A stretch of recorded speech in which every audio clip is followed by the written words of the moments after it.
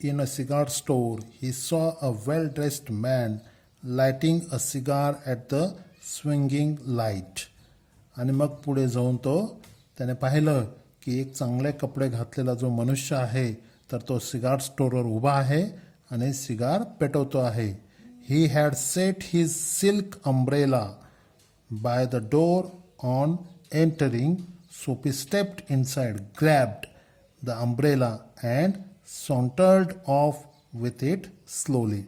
आणि मग सोपी तिथं गेला. त्याने पाहिलं की तो जो मनुष्य आहे तर त्या मनुष्याने एक सिल्क अंब्रेला त्याची छत्री आहे तर ती डोरजवळ ठेवलेली आहे. आणि मग सोपी तिथं गेला आणि त्याने ती छत्री उचलली आणि तो तिथून चालू लागला. The man at the cigar light followed hastily. आणि मग तो जो मनुष्य आहे तर तो त्याचा पाठलाग करू लागला. माय अंब्रेला ही सेड स्टर्नली. माझी अंब्रेला आहे ती, माझी छत्री आहे ती, असं त्याने सांगितलं. ओ इज इट स्नीड सोपी. हो खरंच का, असं सोपी खोचकपणे म्हणाला. Adding insult to pretty larceny. Larceny means theft of personal property. तर भुलटी चोरी करून वरून त्याचा अपमान करत त्याला म्हणाला. Well why don't you call a policeman. जर ही तुझी छत्री आहे तर मग तू पोलिसमॅनला का बोलवत नाही. आय टूक इट युअर अंब्रेला. मी तुझी अंब्रेला घेतलेली आहे, मी तुझी छत्री घेतलेली आहे. Why don't you call a COP.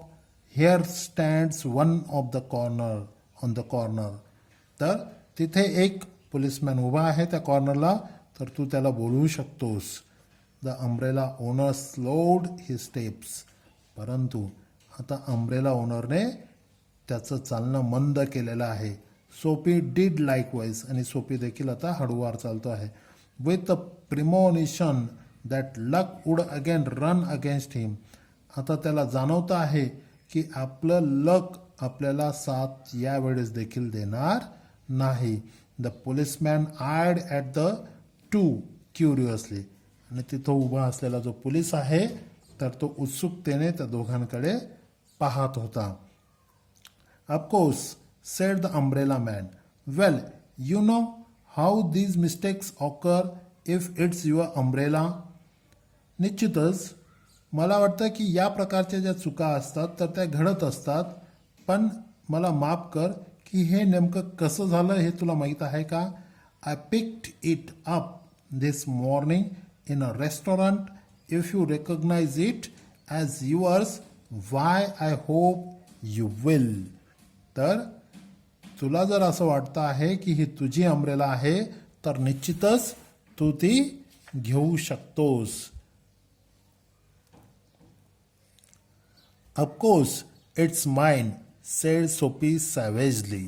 आणि सोपी रागारागाने म्हणाला की हो निश्चितच ही माझी अंब्रेला आहे. The x umbrella man retreated. आता तो जो एक्स अंब्रेला मॅन होता तर तो आता मागे वळलेला आहे. The policeman hurried to assist a tall blonde in an opera cloak across the street in front of a street car that was approaching 2 blocks away. आणि तिथं उभा असलेला जो पोलीस आहे तर तो ओपेरा क्लॉक परिधान केलेला जो व्यक्ती आहे तर उंच असा व्यक्ती आहे. Blonde. Blonde means a person with pale yellow hair. तर येलो हेअर असलेला पिवळे केस असलेला तो जो व्यक्ती आहे तर त्या व्यक्तीला मदत करण्यासाठी तो पुढे चालला गेला. Soapy walked eastward through a street damaged by improvements. आता सोपी पूर्वेकडे चालत गेला आणि तो जो रस्ता होता तर तो त्याचं काम चालू होतं म्हणून तो डॅमेज झालेला होता. He hurled the umbrella angrily into an excavation. आणि म्हणून सोपीने काय केलं, त्याच्याकडे असलेली ती जी अंब्रेला आहे तर ती भिरकावून खड्ड्यामध्ये फेकून दिली. He muttered against the men who wear helmets and carry clubs because he wanted to fall into their clutches. आता सोपी जो आहे तर सोपी हेल्मेट घालणाऱ्या आणि हातामध्ये दंडुके असणाऱ्या पोलिसांविषयी तो पुटपुटत होता. कारण त्याला त्यांच्या तावडीत सापडायचं होतं. They seem to regard him as a king who could do nothing wrong. परंतु त्याचा परिणाम उलटाच होत होता. त्या पोलिसांना काय वाटत होतं, ते काय त्याला सपोज करत होते, they regard him as a king. तो कोणीतरी एखादा राजा असेल आणि तो कधीच चुकीचं काम करू शकत नाही असं त्यांना वाटत होतं. At length Soapy reached one of the avenues to the east where the glitter and turmoil was but faint.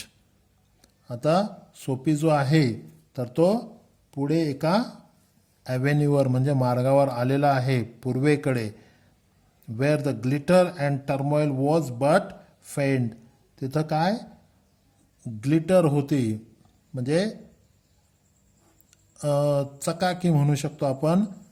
Turmoil means a state of great disturbance. पण तू कशी होती, फेंट होती म्हणजे एवढं काय नव्हते. He dragged himself towards Madison Square for the homing instinct survives even when the home is a park bench. आता सोपी जो आहे तर त्या सोपीला आता आपल्या घराकडे जावंसं वाटतं आहे आणि त्याचं घर कुठं आहे, मॅडिसन स्क्वेअर. मॅडिसन स्क्वेअर जो आहे तिथला जो पार्क आहे त्या पार्कमधला बेंच म्हणजे त्याचं घर आहे. त्याचं स्वतःचं घर जरी नव्हतं तरी आता त्याला तिकडं जावंसं वाटतं आहे. एवढे प्रयत्न करून देखील तो अपयशी ठरलेला आहे. आणि मग तो पुढे जातो आहे. But on an unusually quiet corner Soapy came to a stand still. परंतु आता सोपी ज्या मार्गाने जात होता तर तो कसा होता, क्वाईट, अतिशय शांत होता. Soapy came to a stand still आणि तो तिथं थांबला. Here was an old church. तिथं एक ओल्ड जुनं असं चर्च होतं. Quaint and rambling and gabled. Here we have three difficult words: quaint, rambling, gabbled. Quaint means attractive. Rambling means spreading or winding irregularly in various directions. And gabbled means constructed with gables. Triangular appear part of a wall at the end of a ridged roof. तर विलक्षण, मोठं आणि त्याला आपण attractive, सुंदर असं म्हणू शकतो. तर असं ते चर्च होतं. Through one violet stained window a soft light glowed. आणि तिथे खिडकी दिसत होती आणि त्या खिडकीमधून मंद असा प्रकाश येत होता. Making sure of his mastery No doubt, the organist loitered over the keys, making sure of his mastery of the coming Sabbath anthem. आणि त्याला तिथं काही सूर देखील ऐकायला मिळाले. तर आत एक ऑर्गॅनिस्ट आहे आणि तो ऑर्गॅनिस्ट त्याच्या ऑर्गनवरनं अतिशय सफाईदारपणे त्याचे हात फिरवतो आहे कीवरनं आणि तो सुंदर असा आवाज सोपीच्या कानावर पडलेला आहे. आणि तो ऑर्गॅनिस्ट कसली तयारी करतो आहे, सॅबेथ. बरोबर, सॅबेथ म्हणजे काय म्हणू शकतो आपण, a day of religious observance and abstinence from a work kept by Jews and Christians. Christian लोकांकडनं या दिवशी फक्त देवाची प्रार्थना केली जाते आणि दुसरं कुठल्याही प्रकारचं काम केलं जात नाही. म्हणून त्या दिवसाचं प्रार्थना गीतची तयारी तो करत होता. For there drifted out a Soapy's ear sweet music that caught and held him transfixed against the convolutions of the iron fence.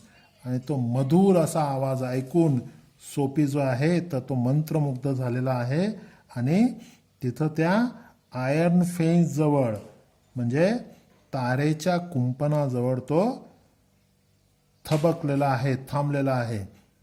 The moon was above. आता चंद्र वरती आलेला आहे, फुल पूर्ण आहे. अँड रेडियंट, तो प्रकाशमान आहे. Vehicles and pedestrians were few. त्या रस्त्यावरनं वाहनं जात होते, लोकही चालत होते, परंतु ते कमी प्रमाणात होते. Sparrows twittered sleepily in the use or a little while the scene might have been a country churchyard. आणि चिमण्या देखील त्या चर्चयार्डमधून, त्या चर्चच्या छताखालून त्या आवाज काढत होत्या. and the anthem that the organist played cemented Soapy to the iron fence. आणि तो ऑर्गॅनिस्ट जो आहे तो जी धून वाजवतो आहे तर त्या प्रार्थना गीतामुळे आता सोपी तिथं सिमेंटेड मीन्स तो तिथं थबकलेला आहे, तो तिथून हलत नाही. कुठं? आयर्न फेन्स जवळ म्हणजे त्या कुंपणाजवळ. For he had known it well in the days when his life contained such things as mothers and roses and ambitions and friends and immaculate thoughts and colors. आता सोपी जो आहे तर त्याला त्याच्या लहानपणाच्या आठवणी येत आहेत. ती धून, ते मधुर असं गीत ऐकून त्याला लहानपणाची आठवण त्याला आता येते आहे. तर तो काळ कसा होता? त्याच्यासोबत आई होती, मित्र होते, त्याच्या इच्छा होत्या, अपेक्षा होत्या. इमॅक्युलेट थॉट्स म्हणजे पवित्र असे विचार त्याच्या जवळ त्यावेळेस होते. The conjunction of Soapy's receptive state of mind and the influence about the old church brought a sudden and wonderful change in his soul. आता ते प्रार्थना गीत ऐकून त्याची मनाची जी मानसिकता आहे तर ती मानसिकता कशी ग्रहणशील बनलेली आहे, रिसेप्टिव्ह बनलेली आहे म्हणजे ग्रहणशील बनलेली आहे. आणि त्या ओल्ड चर्चचा देखील त्याच्यावर परिणाम झालेला आहे. आणि या दोघही गोष्टी एकत्र येऊन आणि निश्चितच त्याच्या मनामध्ये, त्याच्या आतून एक वंडरफुल चेंज त्याच्यामध्ये झालेला त्याला जाणवतो आहे. आणि तो पाहू शकतो. He viewed with rising horror the pit into which he had tumbled, the degraded days, unworthy desires, dead hopes, wrecked faculties, and base motives that made up his existence. आणि आता त्याला आत्ताची परिस्थिती जाणवते आहे. तो पाहू शकतो की तो आता कसं जीवन जगतो आहे तर एखाद्या खड्ड्यामध्ये तो पडलेला आहे आणि खेदजनक असं त्याचं जीवन बनलेलं आहे. अनवर्दी डिझायर्स आहेत, डेड होप्स आहेत, व्रेक्ट फॅकल्टीज आहेत आणि बेसलेस मोटिव्ज आहेत. असं त्याचं जीवन आता बनलेलं आहे. And also in a moment his heart responded thrillingly to this strange mood. आणि आता निश्चितच त्याचं जे हर्ट आहे, जे हृदय आहे तर त्या हृदयाने देखील त्याला प्रतिसाद दिलेला आहे. A strong impulse moved him to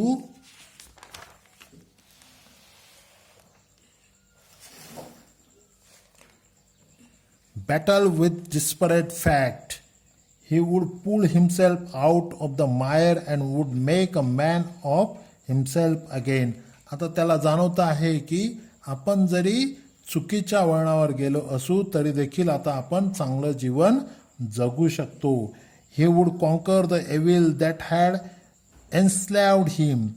ज्या इव्हिल गोष्टींमुळे, चुकीच्या गोष्टींमुळे त्याचं जीवन बर्बाद झालेलं होतं तर तो सुधारू शकतो असं त्याला जाणवतं आहे. There was time. He was young eight. अजून देखील वेळ गेलेली नव्हती, तो अजून देखील तरुण होता. He would resurrect his old eagers, ambitions and pursue them without faltering. अजून देखील तो काय करू शकतो? त्याच्या ओल्ड इगर ज्या होत्या, जुन्या ज्या त्याच्या ॲम्बिशन्स होत्या, इच्छा होत्या, अपेक्षा होत्या, तर त्या अजून देखील पूर्ण करू शकत होता. Though solemn but sweet organ notes had set up a revolution in him. आणि निश्चितच त्या स्वीट ऑर्गनच्या ज्या नोट्स आहेत त्या नोट्समुळे त्याच्या जीवनामध्ये आता क्रांती झालेली होती, बदल झालेला होता. Tomorrow he would go into the roaring downtown street and district and find work. आणि त्याने ठरवलं की आता मी उद्या काय करेल, डाऊनटाऊनला जाईल, डिस्ट्रिक्टला, आणि तिथं निश्चितच एखादं काम शोधेल. A fur importer had once offered him a place as a driver. तर एका फर इम्पोर्टरने त्याला ड्रायव्हरची नोकरी देऊ केलेली होती. He would be somebody in the world, he would. तो निश्चितच जगामध्ये आता काहीतरी बनून दाखवेल असं त्याने ठरवलेलं आहे. Soapy felt a hand laid on arm. तेवढ्यात त्याला जाणवतं की कोणीतरी त्याच्या खांद्यावर हात ठेवलेला आहे. हे लुक्ड क्वाइटली, आणि म्हणून त्याने वळून पाहिलं into the impassive face of a policeman. आणि त्याला काय दिसलं, impassive face of a policeman. एक पोलिसमॅन आहे आणि तो कसा आहे, इम्पॅसिव्ह आहे. इम्पॅसिव्ह म्हणजे निर्विकार चेहरा त्याचा आहे. तो त्याला विचारतो, what are you doing here, ask the officer. तू इथं काय करतो आहेस. सोफी सांगतो, नथिंग, मी काहीही नाही करत आहे. Then come along said the policeman. तर माझ्यासोबत तू चल. 3 months on the island said the magistrate in the police court the next morning. आणि तिथे त्याला मॅजिस्ट्रेटने काय सुनावलं, 3 महिन्याचं त्याला प्रिझनमध्ये जाण्यासाठी त्याला शिक्षा देण्यात आली. आणि ते प्रिझन कोणतं होतं, आयलँडवर, winter island. Okay, so this is what the lesson by O Henry, the classical writer. तर आपल्याला या स्टोरीमध्ये एंडमध्ये एक ट्विस्ट दिसतो. आतापर्यंत सोफी प्रयत्न करत होता की त्याला विंटर आयलँडवर जायचं आहे, ब्लॅकवेल आयलँडवर त्याला जायचं आहे. का, कारण त्याला स्वतःचा बचाव करायचा आहे. परंतु त्याचे सर्व प्रयत्न अयशस्वी ठरतात. आणि जेव्हा तो ते चर्च यार्डजवळ जातो, ते ओल्ड चर्च पाहतो आणि तो ऑर्गॅनिस्टने वाजवलेलं ते अँथेम आहे, तर ते ऐकतो. या दोघांमुळे त्याच्या जीवनावर परिणाम होतो. A change, sudden change is there in his soul. तर त्याच्या मनामध्ये, त्याच्या आत हृदयामध्ये एक चेंज त्याला जाणवतो. आणि निश्चितच हा जो परिणाम आहे, या परिणामाला त्याचं मन देखील त्याला साथ देतं. आणि म्हणून तो ठरवतो की मी निश्चितच माझ्या जीवनामध्ये काहीतरी बनून दाखवेल असं तो ठरवतो. परंतु जेव्हा तो असं ठरवतो तेव्हाच आपल्याला त्याच्या जीवनामध्ये एक चेंज अजून पाहायला मिळतो, एक ट्विस्ट पाहायला मिळते. आणि ती ट्विस्ट काय होती की आता त्याला जेलमध्ये जावं लागणार होतं. आता या स्टोरीमध्ये आपल्याला एक वर्क मी तुम्हाला देतो की पोलिसमॅनने शेवटी त्याला अरेस्ट केलं आणि मॅजिस्ट्रेटने त्याला 3 महिन्याची शिक्षा दिली. आता तुम्हाला शोधायचं आहे की नेमकं त्याचा फॉल्ट काय होता. ओके, त्याने काय चूक केलेली होती की निश्चित त्याला 3 महिन्याची सजा तिथे सुनावण्यात आली किंवा देण्यात आली. Okay, so this is what the lesson, the short story here we have finished. So thank you very much.